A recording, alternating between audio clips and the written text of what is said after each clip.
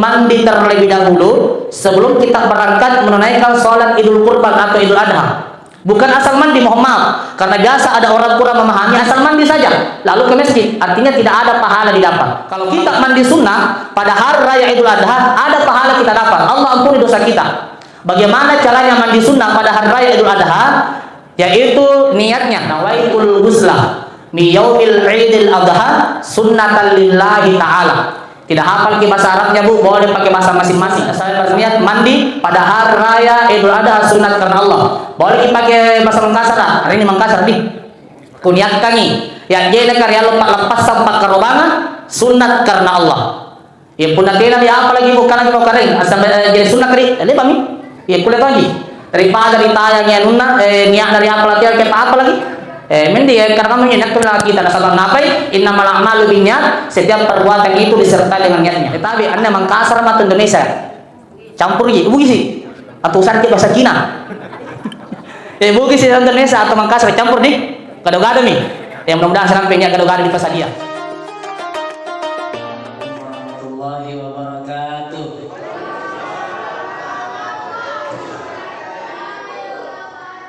Alhamdulillah, kepada pengurus kita tandai yang besar suara yang jawab salam. Insya Allah nanti banyak daging kurban nadafa. Kalau banyak nak kasih masuk. Alhamdulillah alladzi bi ni'matihi tatimmus shalihat. Wassalatu wassalamu ala asyrafil makhluqat wa ala alihi wa sahbihi sadat, amma ba'd.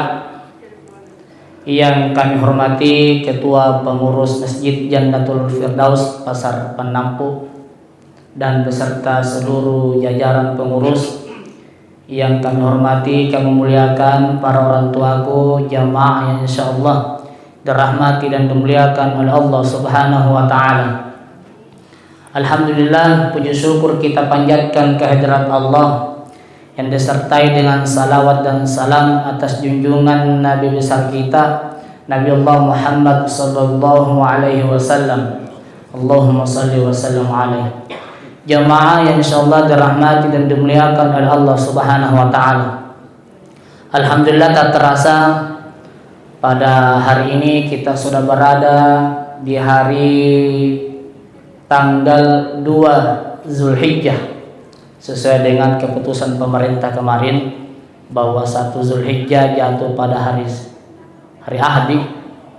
Hari ini berarti tanggal 2, dan insyaallah otomatis kita akan lebaran pada tanggal 27 atau tanggal 10 Zulhijjah di hari Rabu nantinya insyaallah.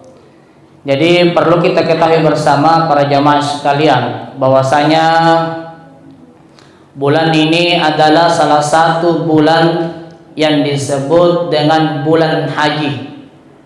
Artinya apa? Bahwa para saudara-saudara kita telah pergi melaksanakan, menunaikan ibadah haji ke Baitullah untuk berziarah ke makam Rasulullah dan menyempurnakan rukun Islam yang kelima.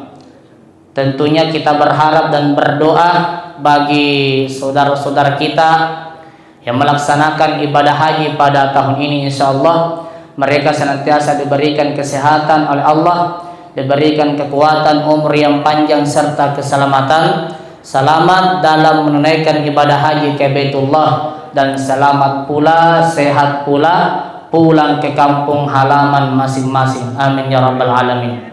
Dan kita yang masih belum diberikan rezeki untuk ke sana menunaikan ibadah haji, insyaallah kita sama-sama berdoa kepada Allah, mudah-mudahan kita juga mendapatkan rezeki dipanggil oleh Allah untuk menunaikan ibadah haji di tahun-tahun berikutnya. Amin Allahumma amin.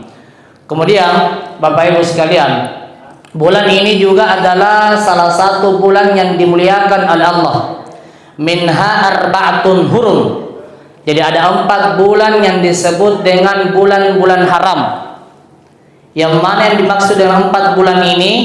3 bulan yang bergandengan, 1 bulan yang agak terpisah, yaitu bulan Zulqa'dah bulan lalu, bulan kemarin, Yang kedua bulan Zulhijjah bulan ini, yang ketiga bulan Muharram bulan depan, dan yang keempat bulan Rajab.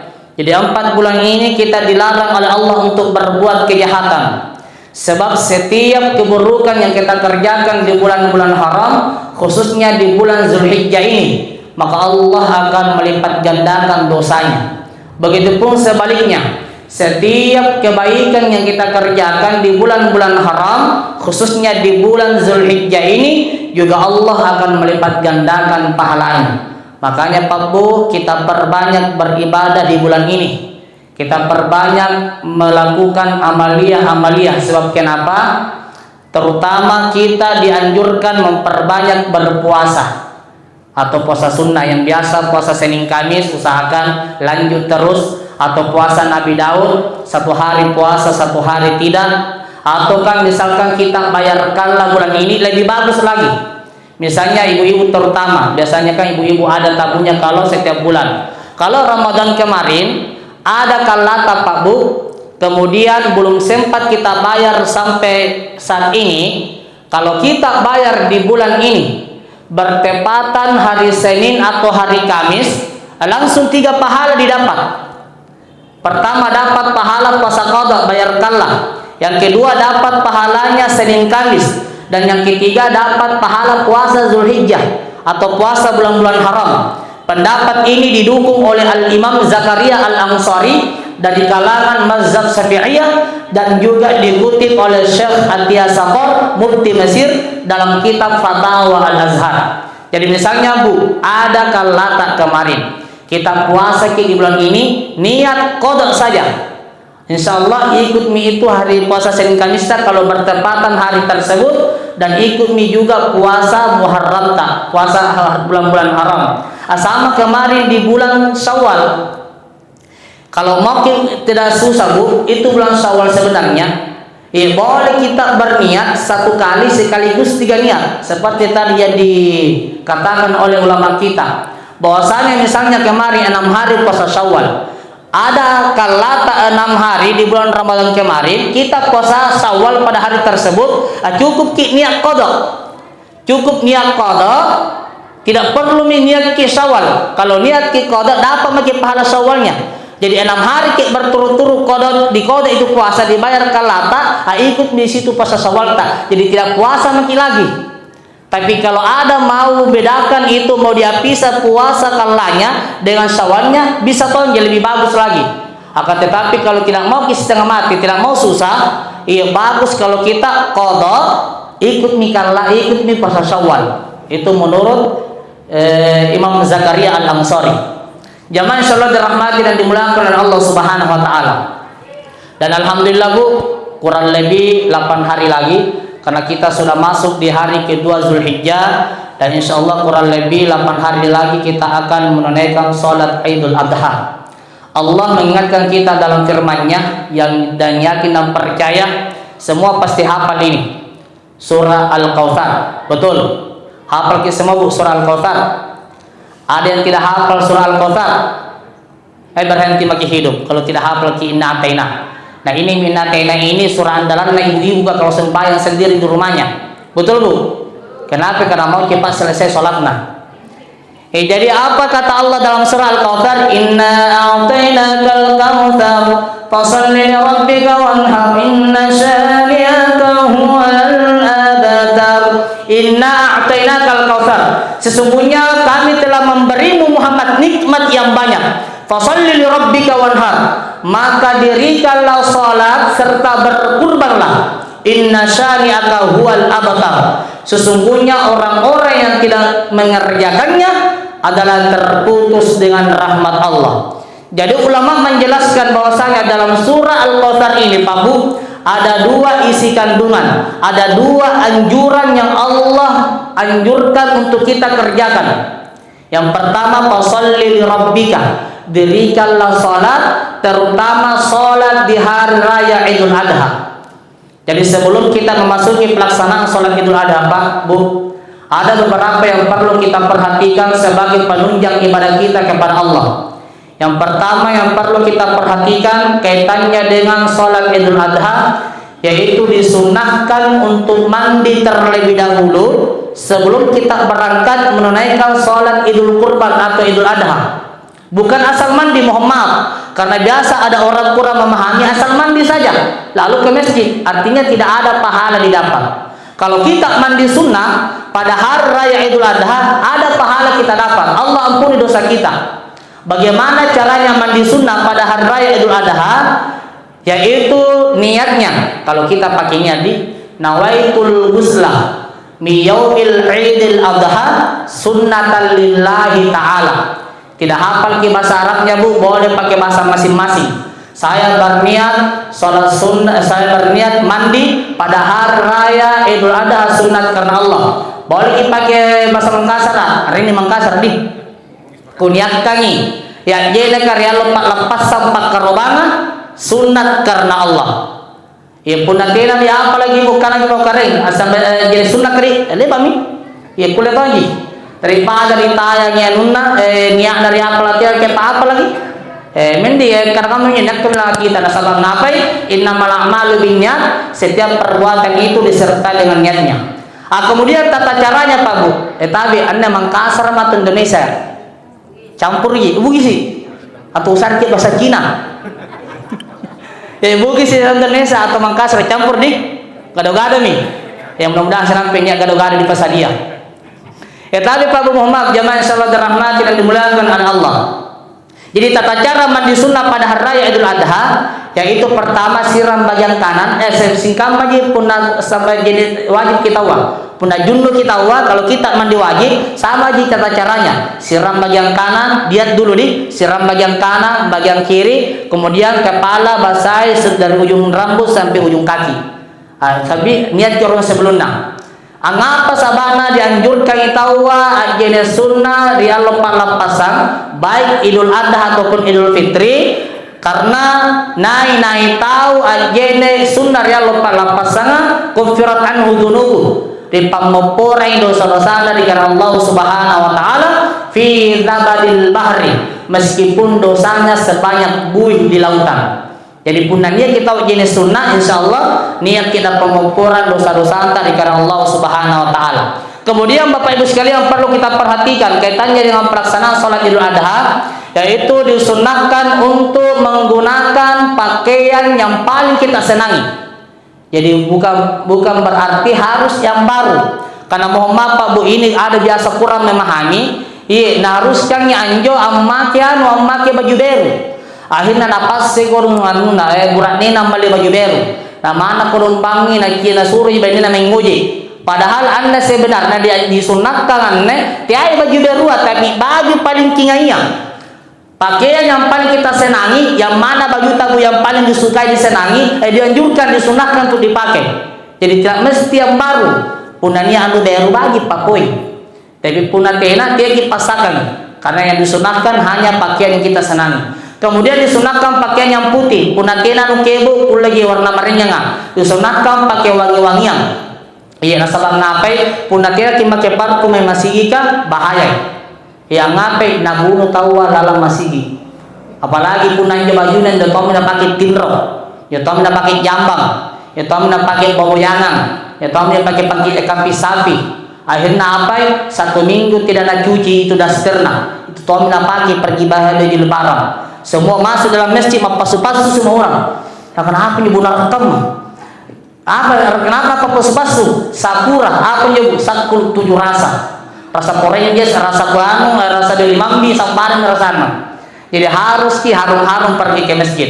Kemudian Bapak Ibu sekalian dianjurkan untuk berjalan. Jape tahu masih jika disunahkan. Ya yang penting tena bela dulu balak kagak pergi junatul kajapat menrejal apa gitu biti sahabat tunrini.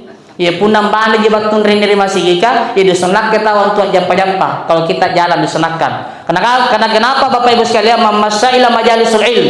Siapa yang berjalan dari rumahnya sampai ke masjid untuk menunaikan sholat Idul Adha, maka setiap 1 langkah kaki kita Bu, Allah berikan pahala sebanyak 10. 2 langkah 20, 3 langkah 30. Jadi makin banyak kita berjalan Pak Bu dari rumah sampai ke masjid ini, makin banyak pahala kita dapatkan dari Allah. Ada mungkin ibu berbisik di belakang, Ustaz, kamu menanti ke auto punah lupa lapasan. Katanya aku tahan kodongan jampah malah lagi bangkengku. Saya Ustaz naik motor Kak. Tidak apa-apa juga. Tidak apa-apa ji kalau kita mau naik motor, boleh juga mau naik mobil, tidak apa-apa ji. Mudah-mudahan motor tak segala mobil tak masuk surga juga nanti. Ini baru pahala berjalan. Kemudian dianjurkan kalau kita di hari Idul Adha ataupun Idul Fitri, sambil kita jalan atau naik motor atau naik mobil sampai ke masjid kita takbir. Allahu Akbar, Allahu Akbar, Allahu Akbar, la ilaha illallah, Allahu Akbar, Allahu Akbar, walillahil hamd. Asikam menjutawa punna jamaah haji ratul Makkah punna ero ni mari padang Arafah amate mi talbiyah labbaik Allahumma labbaik. Jadi punna jam pagi Pak Bu dari balata mangian ring masihika ki bayangkan kalian tak niat di padang Arafah ya. Tapi hanya saja beda yang beda bacaan beda sikirina. Punna rate bacaan talbiyah na baca labbaik Allahumma labbaik punna katen rini ya mi antu ki baca Allahu Akbar Allah takak berita ki jaya makanya punna lupa lapasa ki pagajai tak berita insyaallah jai pahala baraka riga pabatkan Allah Subhanahu wa taala. Kemudian yang perlu kita perhatikan kaitannya dengan pelaksanaan sholat Idul Adha, yaitu sholat Idul Adha mempunyai 12 takbir.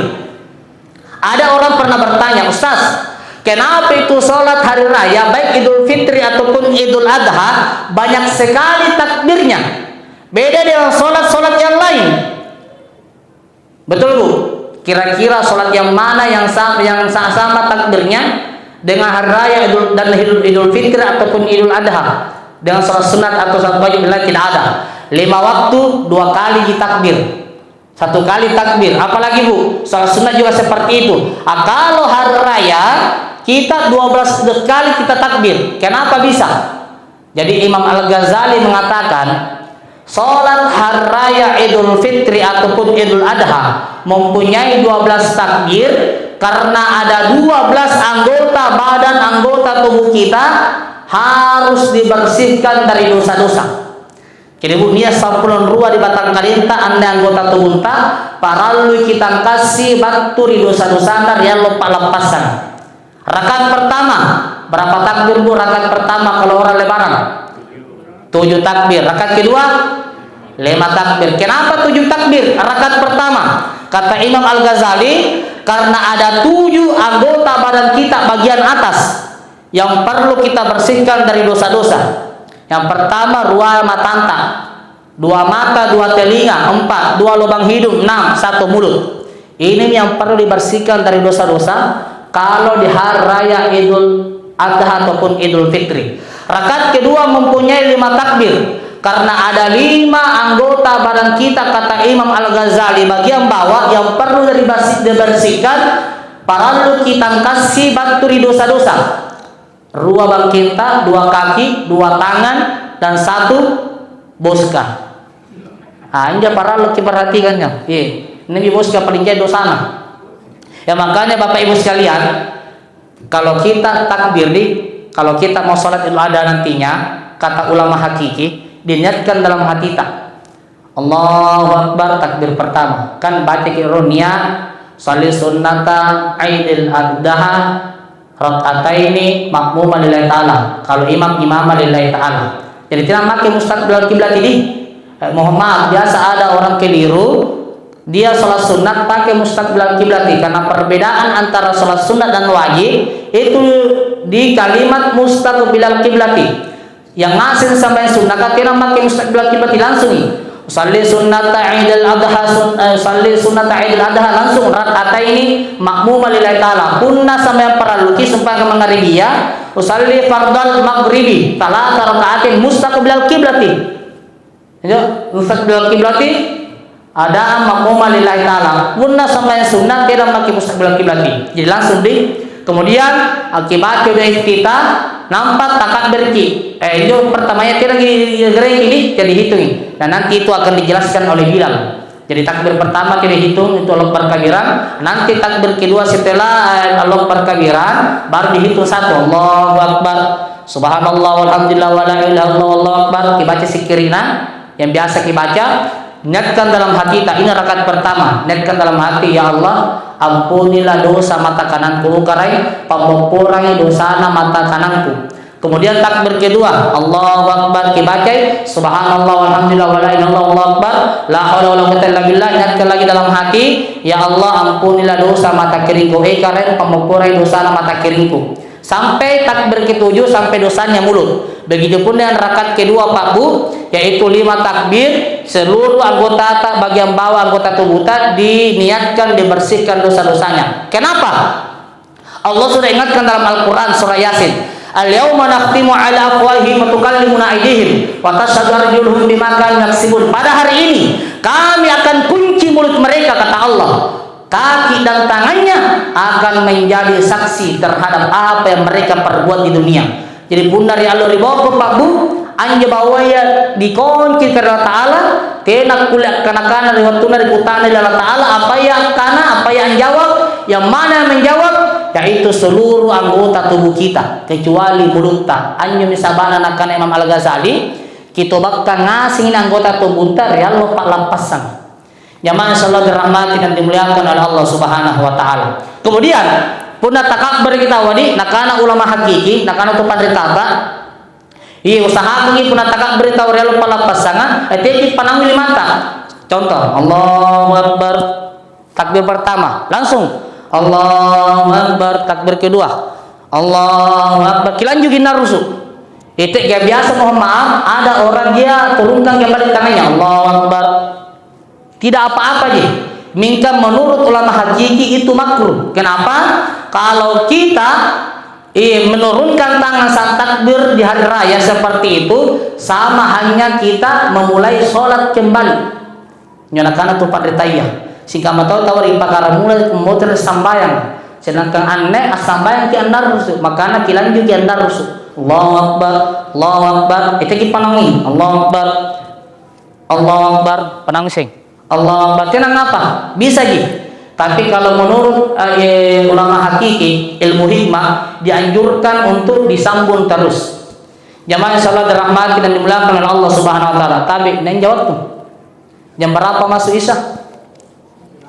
Oh masih lama ya? Oh ya alhamdulillah. Dilanjut gini. Tenang apa dengan kita salapan? Tadi nanti metasi atau silampe. Jamaah insyaallah dirahmati dan dimuliakan oleh Allah. Ini yang pertama. Lalu yang kedua, isi kandungan daripada surah Al-Kautsar tadi yaitu wanhar, berkurbanlah. Kalau kita punya kemampuan Pak Bu, punya niat dan letak sikide usahakan akarobaki. So kenapa? Rasulullah sudah ingatkan jauh-jauh sebelumnya. Barang siapa di antara umatku yang mempunyai kemampuan dalam tas ia tidak berkurban, jangan dekati tempat sholatku. Riwayat Abu Hurairah. Sebab kenapa? Karena kurban itu Pak Bu hukumnya ada dua. Ruwajin itu hukumnya kurbanan, akan itu padritata menurut ulama.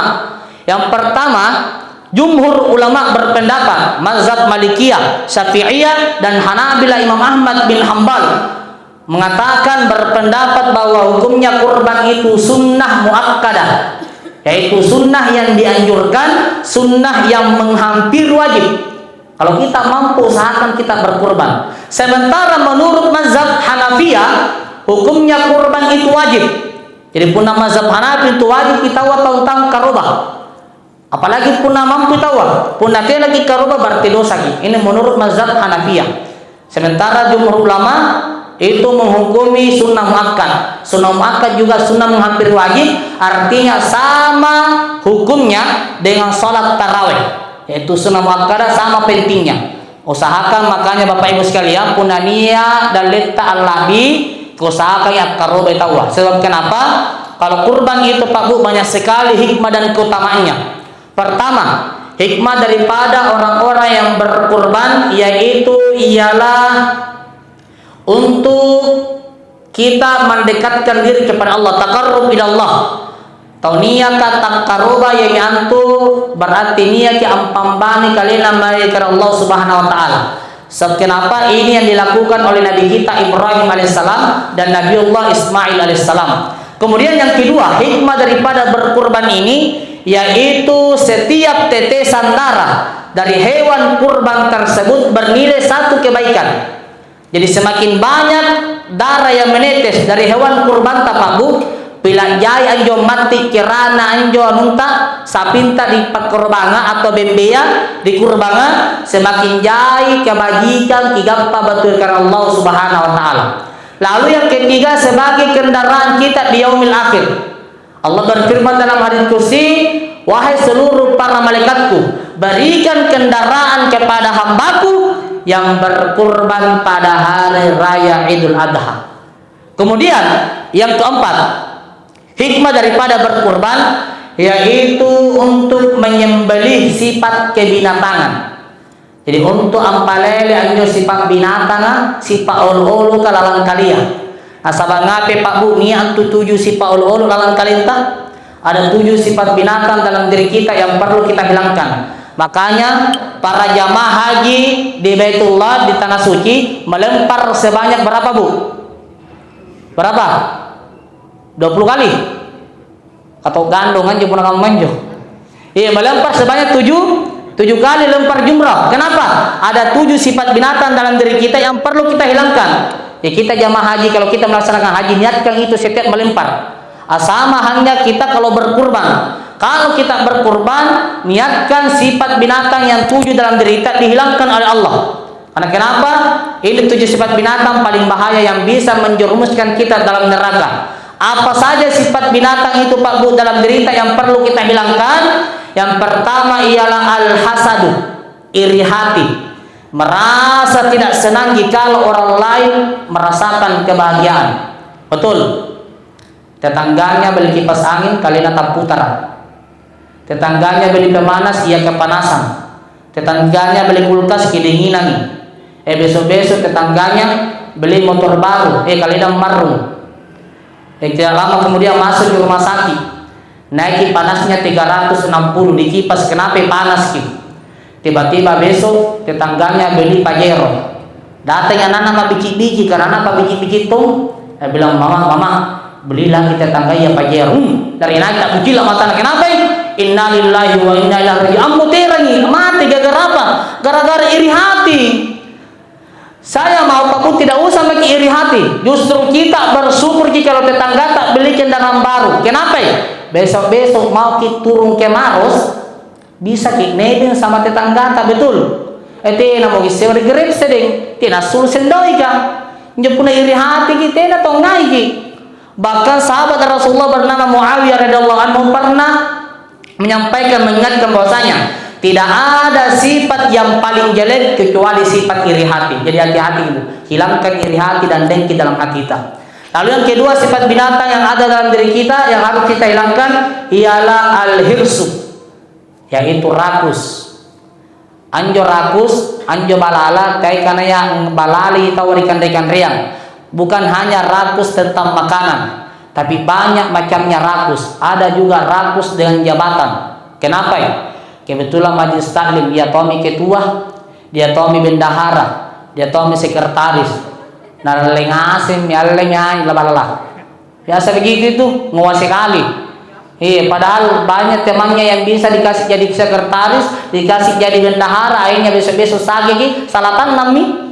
Makanya hati-hati, ada seperti itu, orang seperti itu. Tapi tidak ada di jamaah Jannatul Firdaus, tidak ada di Maros begitu ada. Mohon maaf, hati-hati seperti ini. Kenapa? Karena orang rakus itu diibaratkan seperti orang yang meminum air laut. Semakin dia minum, semakin dia haus. Tena syukurnya taunia ka, rakus tentang jabatan terutama. Kalau kita mempunyai sifat rakus itu, pasti kita tidak pernah mensyukuri nikmat Allah. Kenapa? Setiap ada nikmat pemberian Allah pasti tidak disyukuru. Apa toh jin padahal niat otonan jo. Tadi. Ki malisin bala. Ini bala na ki amalian kontrakan sambarang. Pokoknya tidak apa-apa jika kalau mampu, tapi kalau tidak mampu dipaksakan itu yang bahaya. Karena Muhammad biasa karena dia tidak bersyukur, akhirnya dia menghalalkan segala cara untuk mencapai apa yang dia inginkan. Sehingga apa? sehingga orang-orang yang seharusnya mendapatkan jabatan tersebut disingkirkan secara tidak sehat. Hati-hati. Jadi orang rakus seperti ini adalah orang yang tidak pernah bersyukur. Makanya Allah sudah ingatkan dalam firman-Nya surah Ibrahim ayat 7, la in syakartum la azidannakum. Kalau kita banyak-banyak bersyukur atas nikmat pemberian Allah, la azidannakum, Allah akan tambahkan. Wa in kafartum, kalau kita tidak bersyukur setiap nikmat pemberian Allah, inna adzabi lasyadid, maka azabku, siksaanku, kata Allah, sangatlah pedih. Lalu yang ketiga, sifat binatang yang ada dalam diri kita yang perlu kita hilangkan ialah al-ajzu, merasa lemah, merasa tidak berdaya, sedikit-sedikit putus asa, sedikit-sedikit putus asa. Diberikan ujian oleh Allah, disari pacoba dari Allah Ta'ala, tidak marikun raring, tidak berhenti mengeluh. Ya Allah, kenapa kurang saya seperti ini Allah? Ya Allah, kenapa gak dikasih ujian seperti ini? Tidak marikun raring. Ya Allah, kenapa tiba-tiba suamiku berubah? Ya Allah, kenapa suamiku selingkuh bukan suaminya tetanggaku? Sambaran tuh nakana. Ada gak sebegitu sambaran pikiran kanai? Akhirnya apa yang terjadi? Orang seperti ini ujung-ujungnya apa Bu? Putus asa. Akhirnya apa? Bunuh diri, masuk neraka. Jadi hati-hati, karena setiap ujian dan cobaan yang Allah berikan kepada kita, itu tidak akan Allah berikan kita ujian kalau kita tidak mampu. La yukallifullahu nafsan illa wus'aha. Allah sudah ingatkan kita dalam firman-Nya, Allah tidak akan membebani hambanya di luar dari batas kemampuannya. Kuna nasar kepacoba Allah Ta'ala, berarti kategi atanna akulle anghadapi rikanaya anja pacobana. Jadi tidak ada itu sebenarnya Pak Bu batasnya orang sabar, karena mohon maaf biasanya tokana manusia biasa di kodong kayak dia kasihan orang biasa aja, padahal kita ini tidak mampu ini hadapi semua ini ujiannya Allah. Kita manusia ini ada batas kesabarannya. Sebenarnya tidak ada batas kesabaran tak, karena kita saja yang batasi kesabaran itu. Karena kenapa? Setiap ujian yang Allah berikan kepada kita berarti mampu untuk kita hadapi, makanya Allah kasih kita coba seperti itu. Kemudian sifat binatang yang perlu kita hilangkan dalam diri kita ialah al-kaslu, yaitu malas. Iya, anjo kata orang malas atau bahasa Inggrisnya orang kuturi. Anjo pun dari sade tahu apa pilihan. Iya, kalau kita dikasih pilihan Pak Bu, kalau orang gila dengan orang malas itu dikasih pilihan, mohon maaf, lebih bagus sedikit orang gila ya. Bagi ini sedikit anjo topongur kang ngape? Suruh saya mikir anjo topongur kang angkat ini orang gila yang angkat air, nah biar itu penuhi kolam kan isi tonji. Coba macam orang gila ya Pak Bu, disuri pengusampah nabi semua sampai pasar kan narap mungaseng puna topongoro puna toputu kiani mami ero jipunakan rekan-rekan anjo arena elo ande te eco ketu apa anak Makassar kan kutu balala ini bahaya amai anjo. Apalagi puna mana sekian sambayang, anda lebih bahaya. Ngapai dikategorikan oleh Allah orang-orang malas itu, yaitu seperti menipu Allah. Sebagaimana dalam firman Allah surah An-Nisa, innal munafiqina yukhadi'una Allah wa huwa khadi'uhum. Sesungguhnya orang munafik itu hendak menipu Allah dan Allah membalas tipuan mereka. Wa idza qamu ila sholati qamu kusala. Apabila ia disuruh untuk salat, mereka dalam keadaan bermalas-malasan. Mereka selalu mengeluh. Hayya 'alas shalah. Ya asar mising. Ada orang begitu. Hayya 'alas sholai mangaribi. Na berbaru sampai ngasar. Tikam mana mangaribi pun na sampai ngasar setengah nan rikaruenya. Sambayang lohor lagi tetes apa mi ambani nyasar aga. Tikam mata asar ambani sampai ngasar asar lohorna. Biasa ada seperti itu, mohon maaf. Orang-orang seperti ini dikategorikan oleh Allah sebagai orang munafik. Innal munafiqina fid darkil asfali minan nar. Orang munafik itu ditempatkan di neraka yang paling bawah, yaitu neraka jahanam. Nauzubillah. Kemudian sifat binatang yang perlu kita hilangkan dalam diri kita yang kelima ialah ar-riya. Apa itu riya Pak Bu? Beribadah bukan karena Allah. Nah bilang orang Inggris kan ero kirikana. Puji ale as-sambayang para jamagi nasabah niya kidesan na sambayang. Apalagi Bu? Iya, berbuat kebaikan, bersedekah karena eru jadi kana tau bagi, eru jadi kana tau dermawang, eru jadi kana tau jaya nunda doina. Akhirnya apa yang terjadi kalau kita bersedekah dan itu tidak kita ikhlas hanya ingin mendapatkan pujian kepada sesama manusia, maka pahala tersebut akan hilang. Makanya Nabi sudah ingatkan kepada para sahabat, sesungguhnya yang paling aku takutkan terjadi kepada kalian adalah syirik kecil. Sahabat bertanya, ya Rasulullah, apa itu syirik kecil? Nabi menjawab, yaitu riya. Ia beribadah bukan karena Allah, hanya ingin mendapatkan pujian kepada sesama manusia. Ak-qurbai, ak-karubai, tapi jadi karena yang karubai. Anyumbang yang masih jika ia menyumbang tapi ingin mendapatkan pujian. Kebetulan setiap malam tarwih diumumkan semua nama-nama penyumbang. Den Singara 50 rupiah, Den Bandung 20 rupiah, kemudian Den Ngaseng 30 ribu rupiah, Den Badu 100.000 rupiah. Disebut semua nama-nama di malam tarwih. Yang paling banyak yang menyumbang itu 100.000. Ada satu nama hamba Allah na tulis, hamba Allah 2 juta. Nah umumkan pengurus terakhir namanya hamba Allah 2 juta. Wih geger kalau masih. Nah mau nyumbang 2 juta hebat atau banyak. Tidak pun na tulis jarena. Akhirnya akan terjadi heboh ibu-ibu terutama heboh dalam masjid. Pokoknya ibu-ibu kah baku bici-bici di belakang heboh mi. Mau ambil orang salat tarawih masih heboh ibu-ibu kah. Penasaran nih. Namanya kayak ibu-ibu biasa kepo kan manjo, tapi tadi ibu-ibu ini. Ibu-ibu kan di Perancis si pamanjo. Pokoknya sambaran nak kepoi. Akhirnya apa terjadi? Sanggena njo at sambaran tarawih, anjun naru sudah nama-nawai. Minah berjumpa kalau ibu tadi nah ya rekan jo. Akhirnya selesai tarawih keluar dari masjid, lebih heboh lagi. Heboh di luar. Apa yang terjadi? Akhirnya karena ini yang menyumbang tadi sebenarnya nak sengaja hamba Allah.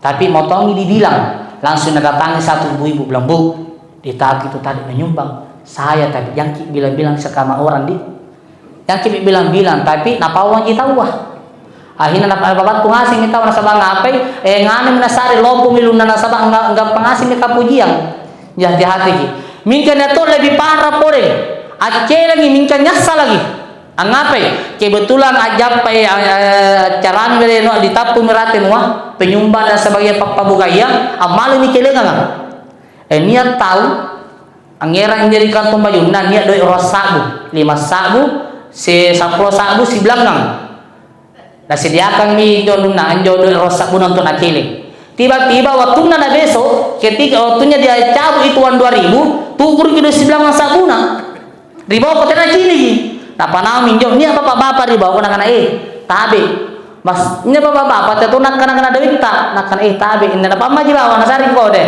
masuna deh bapak-bapak alai itu uri duit tak tapi tenak kana tahun mina sumpah kata uwa dan leka kelipan tamainya di celengan nak kana yang wih bah na bapak-bapak kata uwa tutuan nih wih bah nan nih kudu nyanun nih itu di sebelah sabu dah kira nak tiwas sabu nih sekali napan tamai celengan amalu celengan langsung di kopi motor tabe nonton disumbakan di duit tak tubur lah ilah lo ngapa tenuk kana sumpah ka apa yang menantang beri dengan nyasa gikele padahal kalau kita bersedekah jangan kita takut kenapa wa ma anfaqatu min shay'in fa yukhlifuhu berapa saya kita sedekahkan di jalan Allah akan tambahkan lebih dari apa yang kita keluarkan makin banyak kita sedekah Pak Bu makin Allah tambahkan rezeki kita tapi masih ada waktu berapa menit Pi?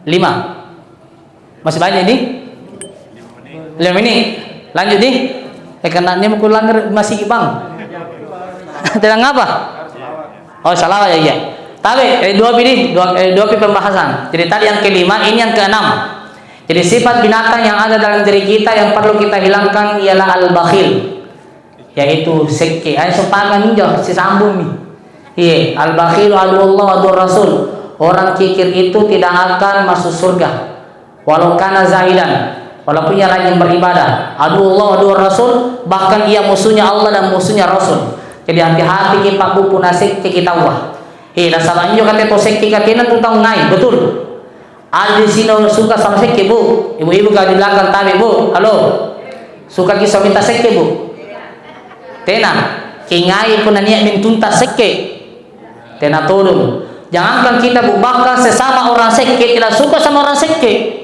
Dia bilang, jangan kau pergi rumah dulu, sekte ginjo. Padahal sekte tong ginjo. Coba bayangkan, itu kodina jadi karena itu sekte kan. Tidak ada yang suka.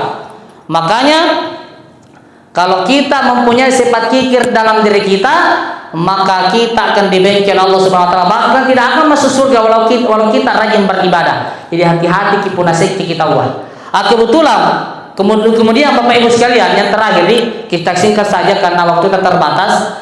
Kemudian terakhir, yang ketujuh atau yang terakhir, sifat binatang yang ada dalam diri kita yang perlu kita hilangkan ialah al-kibaru, sombong. Jadi hati-hati kiapnya karena sombong.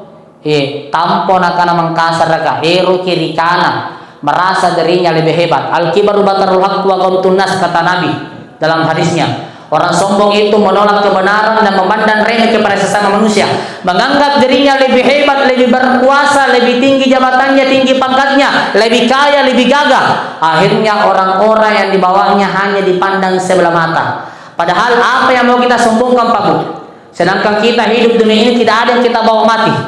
Karena gelar terakhir kita bukan doktor atau profesor, akan tetapi almarhum dan almarhumah. Kemudian tempat terakhir kita bukan rumah yang bertingkat-tingkat, bukan apartemen yang kita punya, tapi tempat terakhir kita apa, Pak Bu? Liang lahat. Kendaraan terakhir kita bukan Pajero, bukan Alphard, akan tetapi ambulansi. Kemudian apalagi, Pak Bu? Baju terakhir kita bukan baju yang harga 5 juta, 3 juta yang kita beli, akan tetapi kain kapan atau kain kaki. Jadi tidak ada kita bisa sombongkan. Apa mau sombong dengan apa, Bu? Mau sombongkan derita? Sampai kapan ki muda? Mau sombongkan karena mata bagus ki bulu matanya.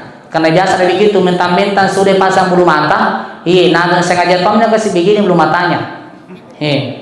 Bu, kira-kira aku mau sombongkan bangga ki dengan bulu mata, namanya masih sampai pakai tonji bulu matana. Kira-kira pun dari pagi deh kamane anggap aja ki doi batu pengurus katena. Bu, dulu orang tua tak kalau jatuh bulu matanya, kemudian dia ambil itu bulu mata, nah simpan di kepalanya, baru nak bilang, nah ada rindukan kebetul. Dulu orang tua tak. Sekarang itu Bu, kalau sekarang itu lepas ki bulu mata, jatuh bulu mata, bukannya ada rindukan ki. Kenapa? Lepas ki lena. Tidak hati-hati. Kemudian apalagi mau kita sombongkan dari diri kita? Sombong ki Bu karena sudah ki operasi hidung, sudah dipasang benang, sudah dipasang jarum, akhirnya dapat kincak juga meruna, sehingga nak pandangin tim kurang dapat kanai minyo topiknya kan. Padahal anjuk kata punah peknya kita wah. Bu, halo, coba dengarkan dulu. Peknya. Kita tahu punah peknya ki, ya syukur ki Pak Bu kalau peknya ki orang. Kamu tuh nak kena cara maya peknya tunga. Ngapa kita tahu punah peknya kalau kita peknya Pak Bu? Syukur ki karena orang peknya kayak itu rata-rata panjang umurnya. Kenapa ya? Irit ki napasnya. Beda punah lak buka murua ide dulu angin na iso. Jamaah salat rahmatin dan muliakan Allah Subhanahu wa taala. Tidak ada kita sombongkan di hidup dunia ini. Innallaha la yuhibbu man kana mukhtalan fakhura. Sesungguhnya Allah tidak menyukai orang-orang yang sombong dan membangga-banggakan diri. Jadi setuju sifat binatang ini Pak Bu, perlu kita hilangkan dalam diri kita. Mudah-mudahan tahun ini ada rezeki kita semua untuk berkurban. Insyaallah semua yang berkurban akan diampuni dosanya oleh Allah dan akan dihilangkan segala sifat binatang di dalam dirinya oleh Allah Subhanahu wa taala. Dan mudah-mudahan kita semua insyaallah digolongkan oleh Allah sebagai orang-orang yang mendapatkan petunjuk, orang-orang yang diberkahi, orang-orang yang dirahmati, dan insyaallah kita mendapatkan jaminan surga oleh Allah. Pada akhirnya kita dimasukkan ke dalam surga Allah bersama Rasulullah sallallahu alaihi wasallam. Ya, kami rasa seperti ini. Semoga apa yang dapat kami sampaikan dapat menjadi pedoman di kala sesat, serta doa gelap dan payung untuk berteduh di kala hujan. Lebih kurangnya mohon dimaafkan. Minallahil mustan wal istiqlam. Assalamualaikum warahmatullahi wabarakatuh.